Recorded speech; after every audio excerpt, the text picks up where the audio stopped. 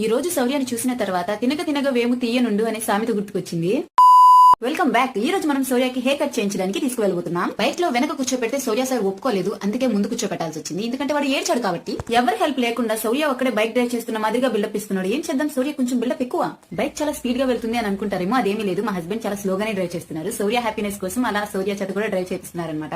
Bike drive చేసేటప్పుడు సౌర్య పెట్టిన expressions పెద్ద పెద్ద బైక్ రైడర్స్ కూడా పెట్టుండ్రేమో, ఆ రేంజ్ లో పెట్టాడు. సౌర్య బైక్ తో సాహసాలు చేయడం అయిపోయిన తర్వాత హెయిర్ కట్ చేయించడానికి తీసుకొచ్చేసాము. ఇంతకు ముందంతా హెయిర్ కట్ చేస్తున్నామంటే చాలు ఫేస్ అంతా ఏడ్చినట్టు పెట్టేసేవాడు. హెయిర్ కట్ చేయించి అలవాటు అయిపోవడం వల్ల అనుకుంటా అస్సలు భయపడడం లేదు. చాలా క్యాజువల్ గా కూర్చున్నాడు. చిన్నప్పుడు తినగ తినగ వేపాకు అలవాటు అయిపోతుంది, తీగా ఉంటుంది అన్న సామెత వినే ఉంటారు కదా. అలాగే శౌర్య కూడా కటింగ్ చేయించుకొని దానికి బాగా అలవాటు అయిపోయినట్టున్నాడు. ఇంతకీ సడన్ గా హెయిర్ కట్ ఎందుకు చేస్తున్నామో మీకు చెప్పలేదు కదా. రేపు మేము మా అమ్మ వాళ్ళ ఇంటికి వెళ్తున్నాము మా రావణ పెళ్లి కోసం. ఎవరైనా పెళ్లికి ఒక రోజు ముందో 2 రోజుల ముందే వెళ్తారు, కానీ నేను మాత్రం 20 days ముందే వెళ్తున్నాను. ఇప్పుడు హెయిర్ కట్ చేస్తే పెళ్లి రోజుకి హెయిర్ కొంచెం గ్రోత్ అవుతుంది, అప్పుడు చూడడానికి బాగుంటుందని ఇప్పుడు కట్ చేస్తున్నాము. Okay, bye.